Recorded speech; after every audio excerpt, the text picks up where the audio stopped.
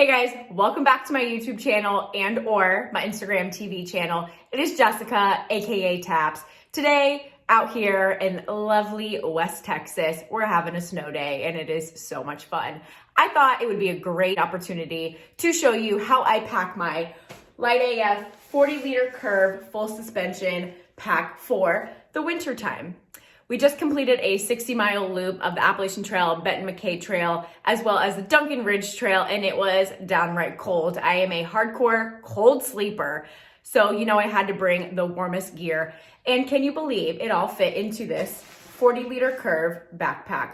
Let me show you how I did it. First, I'm going to undo everything that is in this pack. I'm gonna speed it up in fast motion, and then we will get into how I specifically packed this guy for success on the trail. Okay, now that my pack is completely empty, let's dive in on how I packed it. This is the LITEAF 40-liter curve full suspension pack. I've hiked hundreds of miles with this exact pack. So first things first, it is the Dyneema composite fabric, so it is pretty waterproof and I've never had an issue, but I do choose to protect my gear that little step further. And plus, these are really cheap. These are just the really lightweight Gossamer Gear backpack liners, and they just go right on the inside. For a pack of 2, they're about $5, and you can't really go wrong. So I go ahead and I put that right in there, make sure everything is nice and straight. Next up is my sleeping quilt. This is the Enlightened Equipment 10-degree convert, and I go ahead and shove it straight through the bottom. Don't be shy, you really have to get it in there and you really have to compress it to its smallest size. Let all the air out.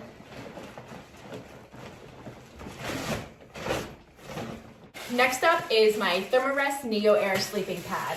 I do put my Sea to Summit pillow right on the inside, help stay space. You roll it up really nice and tight and get all the air out of it.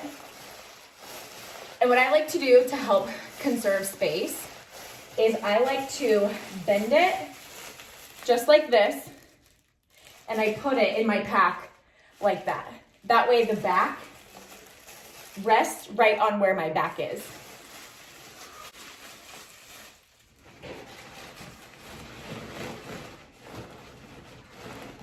So then it ends up looking just like that with the sleeping mat around the outside where my back is. Next up is my sleeping bag liner. Yes, I just shoved a 10-degree quilt in my pack, but as I said, I'm a very cold sleeper. I like to bring a sleeping bag liner. Plus it helps like not get all your stench all on your quilt. And especially for this past trip that Jeremy and I did to the North Georgia hiking loop, and it got down to about 20s at night, and I'm a very cold sleeper, so I went ahead and I brought 2 sleeping bag liners, and as I said, this pack performed great, and I was able to actually bring both liners. This is how I did it. So here we have the Sea to Summit Thermoreactor sleeping bag liner. This thing is the extreme one, so it adds like an extra 25 degrees, and of course I brought 2. So it was like an extra like 50 degrees, but who really knows? I mean, I definitely got pretty hot in the middle of the night, but I would much rather be hot than like freezing cold. So I went ahead and I put one in the other, and then you just kind of ball it up as tight as you can.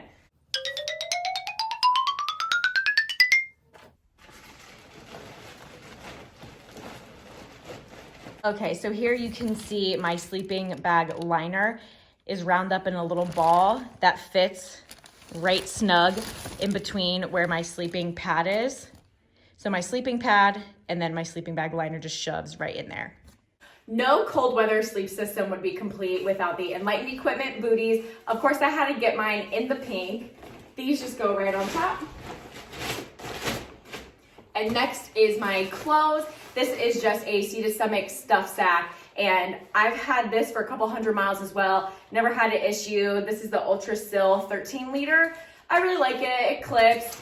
The main thing about this is that you really want to make sure that all of the extra air is out of here. That way when you sit it right on top, there's more room.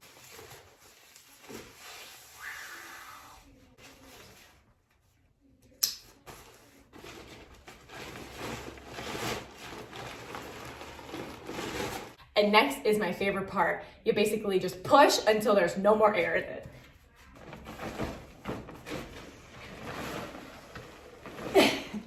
You really just gotta like push to get all of the extra air out. And then what I like to do is take that little bit of extra bag liner and really get all that extra air out. And then you twist it tight. And then tuck the excess. That way there's no extra air. All right, so this is what the inside of my pack looks like after my clothes, my sleeping bag liners, my quilt, basically anything that I absolutely do not want to get wet. I just put all the air out, I twist my bag liner, and I push all of the air out, and then I put it in this nice little twist.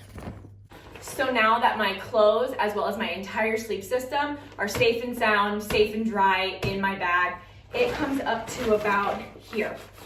Right here. So I still have this entire section to fill up. Next to go in is my tent. This is the Big Agnes Tiger Wall UL 2-person tent. I have the footprint. I have the tent. As well as the rain fly. Anytime you put something in, you really want to shove and get all that extra air out of there. Now that that is in, next is my electronics and my food bag. I like to keep my electronics up top. I know that's probably not the best thing.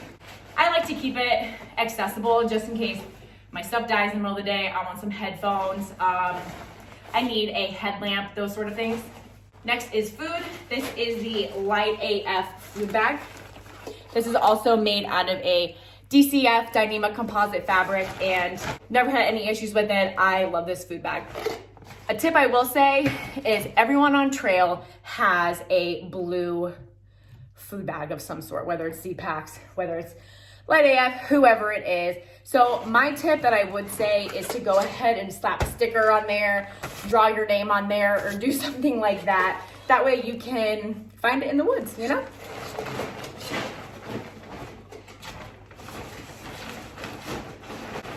And that just goes right on top. Okay, now that my food is safe and secure right on top of my tent, go ahead and clip it, twist, and press at the same time to get all that extra air out. Then bring the clips around and clip it.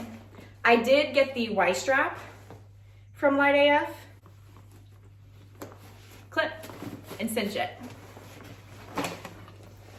Okay, now it's my favorite part, the outer mesh pocket. This pocket is huge. It's basically the same height as this pack itself. You can get an extra 10 to 15 liters just out of this outer mesh pocket. So my things like rain gear, hydration, my tent poles, any little extra snacks that I might need, pack out a 6-pack. This mesh is massive. Massive. I can fit my whole entire arm in here, probably my whole damn body.